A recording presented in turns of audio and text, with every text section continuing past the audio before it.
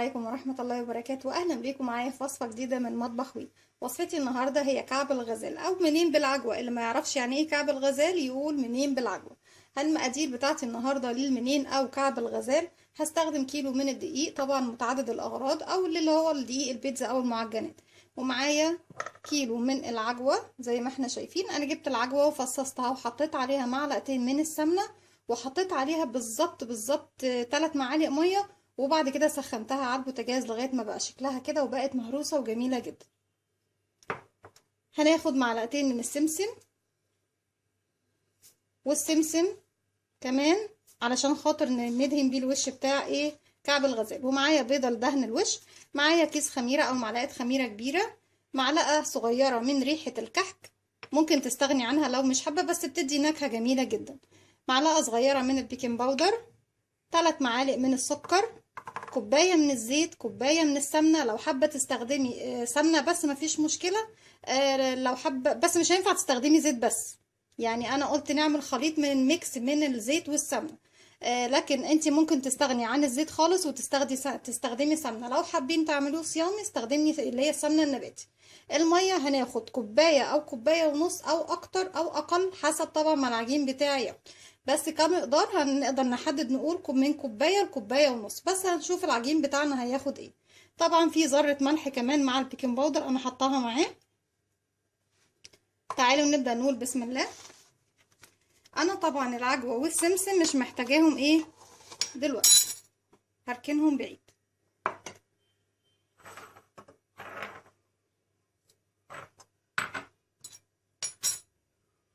هنجيب الدقيق بسم الله، هضيف عليه معلقة ريحة الكحك والبيكنج باودر والملح،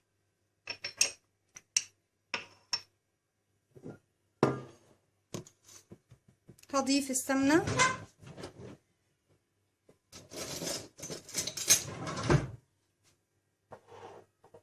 كوباية من السمنة وكوباية من الزيت، اما تستخدمي كوبايتين من السمنة،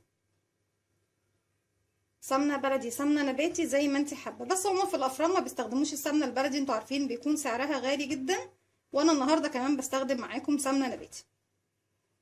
كوباية السمنة بسم الله الرحمن الرحيم، كوباية الزيت،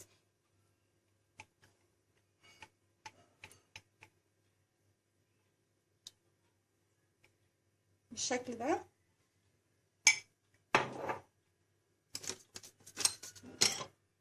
هجيب بولة وهفتح فيها كيس الخميرة،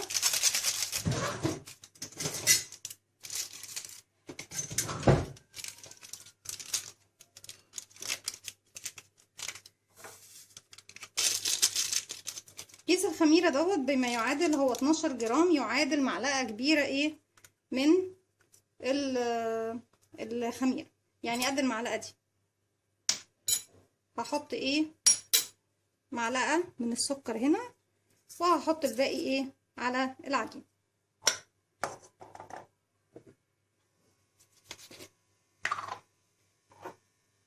هحط نص كوباية مية عشان ابقى عارفة المقدار، اللي انا طبعا الكوباية اللي بعاير بيها هي المج ده. الخطوة دي مهمة جدا علشان نختبر الخميرة بتاعتنا ونشوف اذا كانت صالحة فعلا للاستخدام ولا هنستبدلها ونجيب خميرة تانية.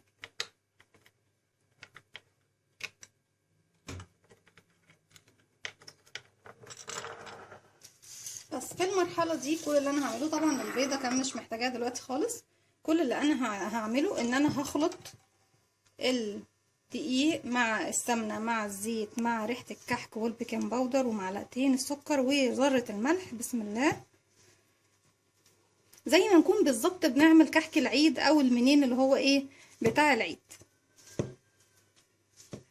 نبسه كويس طبعا بالشكل ده. انا طبعا هفضل ابس الخليط بتاعي دوت مدة 5 دقايق، هفضل اعجن فيه وابسه بالشكل دوت، وبعد كده هرجع لكم. رجعت لكم تاني، وزي ما احنا شايفين العجينة بتاعتنا بيكون ده شكلها اهو. في المرحلة دي هبدأ اضيف المية. اللي عايز يعجن بالحليب اوكي، بس انا بعمله بالظبط زي الافران. في الافران بردك بيعجنوه بالميه علشان تكون بالنسبه لهم طبعا عجينه موفره. بسم الله. دي كده نص كوبايه ميه زي ما احنا ايه فاكرين المقدار بتاعنا.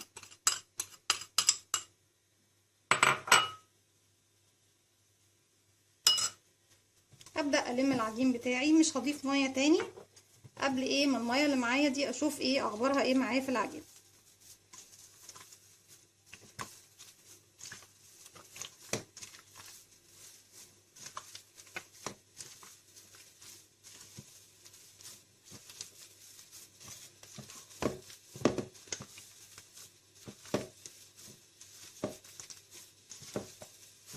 لسه طبعا هنحتاج ميه، شايفين العجينه بتاعتي لسه مش ملسه كده، وهتحتاج معايا لسه ميه. طيب انا كده حطيت نص، هنزل كمان نص كوبايه.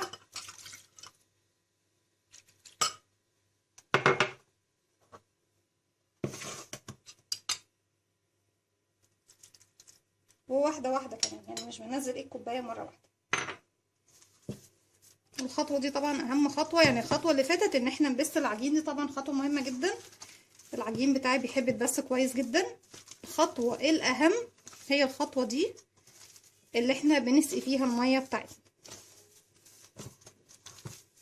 لسه هكمل كوبايه الميه. ما اديتكوش مقدار ميه ثابت لسبب ان مش كل الدقيق بيشرب زي بعض. في دي يشرب منك ميه، في دي ما يشربش منك ميه ويكتفي بكميه بسيطه. عشان كده قلتلك من كوبايه ليه كوبايه ونص، وممكن اكتر كمان. يعني احنا بنعجن العجين بتاعنا اهو، هنشوف.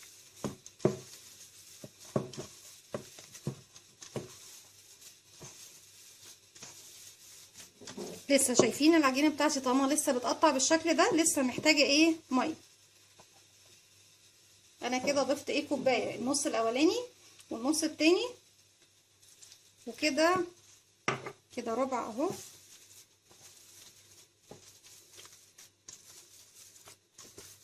وبعجن، مش هفصل طبعا قبل ما العجينه بتاعتي تتظبط قدامكم وتشوفوها بنفسكم.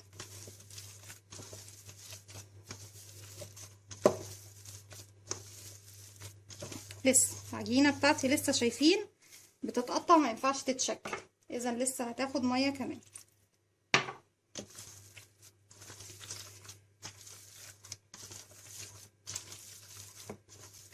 مخبوزات لذيذه جدا وجميله، تاكليها على الفطار، على الغدا، في العشاء، في وقت البريك طبعا الولاد ياخدوها معاهم من المدرسه او في الجامعه. حاجه حلوه جدا ولذيذه ومش مكلفه ونضيفه كمان، ومعموله في البيت.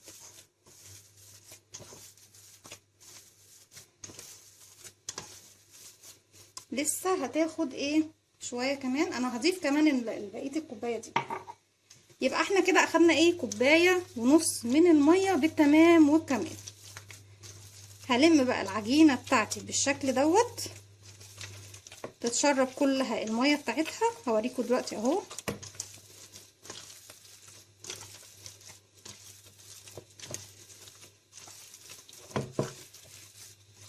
هتبقى عجينه طريه وجميله.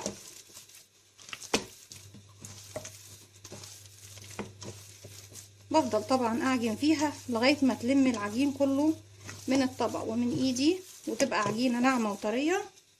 هكمل العجين وارجع لكم تاني. والعجينه بتاعتي زي ما احنا شايفينها اهي، بنعجن بالشكل ده بعد ما عجنتها في الطبق.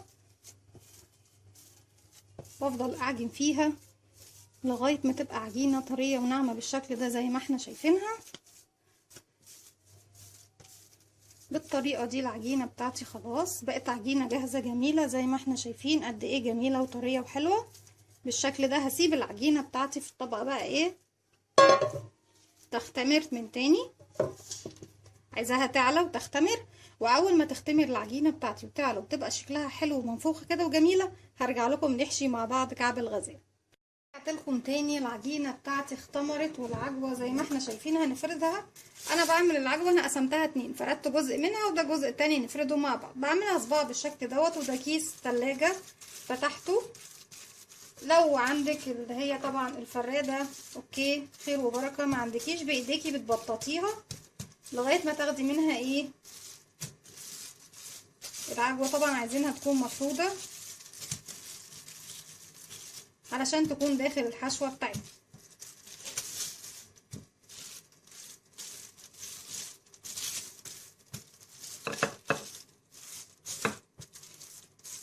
قلتلك في كيسين ليه؟ عشان خاطر ايه العجوة انت لو فردتيها على الرخامة كده ولا على صينية ولا على اي حاجة هتبص تلاقيها لزقت فيها ومش هتطلع منك خالص.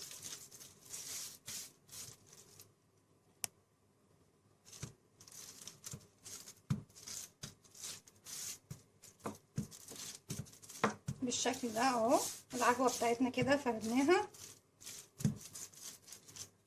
خلاص. هركنها بقى على جنب.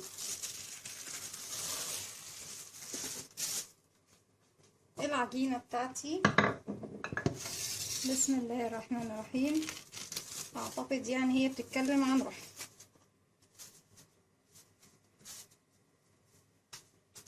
بهبط تاني بقى العجين خلاص.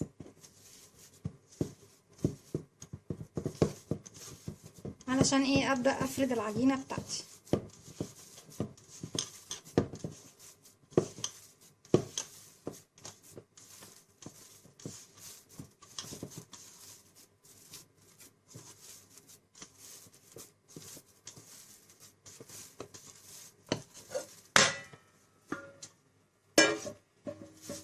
العجينة طبعا مش هتتفرد كلها قطعة واحدة، هي كبيرة هقسمها ايه اتنين وبعد كده هعجن ايه جزء جزء.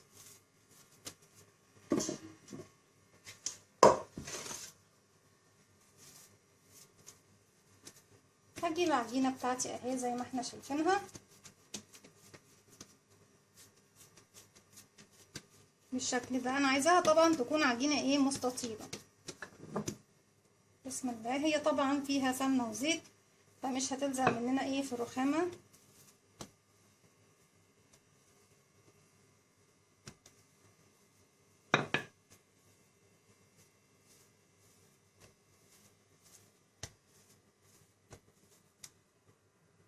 بالشكل ده فردت كل العجينة بتاعتي زي ما احنا شايفين اهي. هجيب بقى العجوة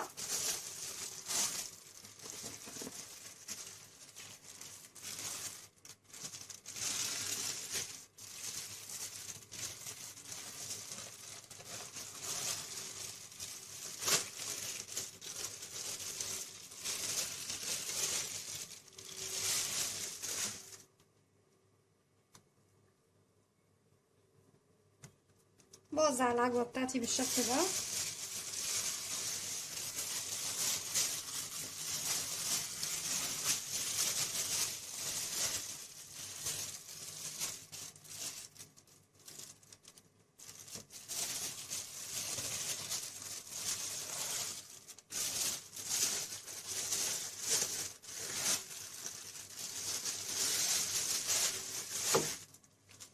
بالطريقة دي طبعا. والمكان اللي مش فيه عجوة بحط له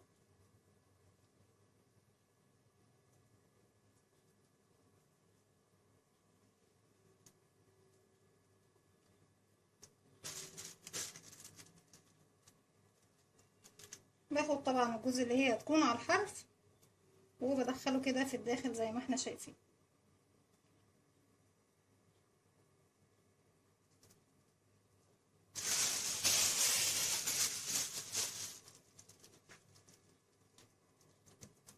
العجين طبعا الزيادة هقصه.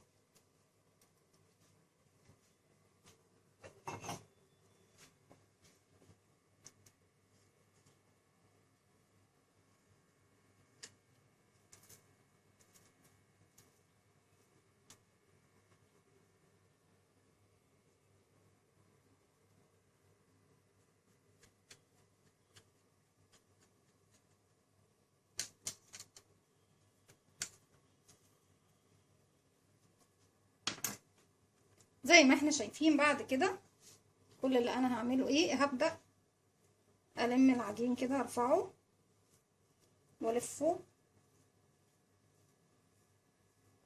بالشكل ده. بسم الله.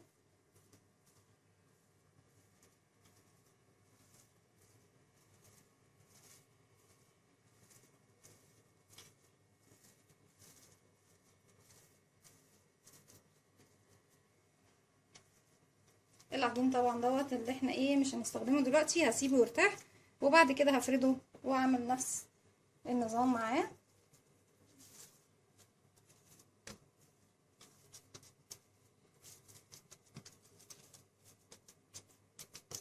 بالشكل ده اهو. بفرد بس العجينه بتاعتي، مش عايزاها تكون كبيره قوي، بالطريقه دي. وهبدأ اقطع العجين بتاعي.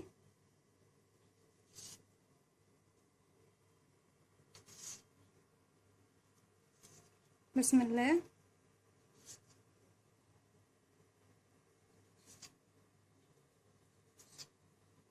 او نجيب سكينة احمى شوية. رجعت لكم تاني بالشكل ده اهو. نجيب بس حاجة تكون ايه سهلة معانا في التقطيع، ونبدأ نقطع العجين بتاعنا.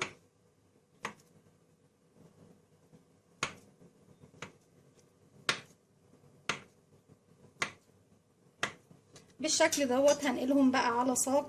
هناخد طبعا العجين بتاعي هننقله على صاج مدهون بالزيت، وبعد كده هدهنه بالبيض بعد كده، وادخله على درجة حرارة 180 درجة. وما ننساش طبعا بعد ما ندهنه بالبيض نرش وشه بالسمسم. بس الاول ايه هقطع كل كمية العجين بتاعتي وارجع لكم ندهنه بالبيض مع بعض ونرش السمسم كمان. رجعت لكم تاني، ودي اخر قطعة. انا حاولت اصغر شوية العجين لان انا حسيت ان اول واحدة عملتها معاكم كانت العجينة كبيرة جدا وحجمها هيكون كبير ومش لطيف. فهنقسم العجينة على 4 قطع ونفردها ونحشيها زي ما عملنا بالظبط، ونقطعها بالشكل ده بالطريقة دي. هتكون طبعا القطعة بتاعتنا كده. وحجم العجوة كمان قللته شوية، يعني برضك تتحكمي في حجم العجوة في العجين بتاعك بالشكل ده. هرصصهم بقى كلهم في الصاج. رجعت لكم تاني. ده كده الصاج بتاعي. الكيلو بياخد صاج كامل من صاجات الفرن الكبيرة. بعد كده بدهن الوش بتاعه كله بالبيض زي ما احنا شايفين، وبعد البيض بحط عليه رشة من السمسم بالشكل ده. هسيبه يرتاح لمدة نص ساعة، يعلى شوية ويهيش، وبعد كده هدخله الفرن على درجة حرارة 180 يستوي من تحت، يتحمر من تحت ويتحمر من فوق، وبعد كده هرجع لكم. رجعت لكم تاني. وده كعب الغزال بتاعنا بعد ما استوى زي ما احنا شايفين. دي طبعا القطعة اللي انا ظبطتها في الاخر. انا عارفة ان انا عملت القطع في الاول كانت كبيرة، بس هي والله اللي طلعت كبيرة برضه جميلة قد ايه زي ما احنا شايفين. العجينة ناعمة وهشة وجميلة ومستوية، لا معجنة ولا ناشفة ولا طرية قوي، يعني مقرمشة من بره وطرية وهشة زي ما احنا شايفين من جوه، عاملة زي العجمية. جميلة. بصوا دي ودي قد ايه طرية وحلوة وهشة وجميلة. دي كانت وصفتي النهاردة، كعب الغزال. اتمنى يا رب الوصفة بتاعتي تنول اعجابكم. لو عجبكم الفيديو اعملوا لي لايك وشير وسبسكرايب، واستنوني في فيديو جديد من وي.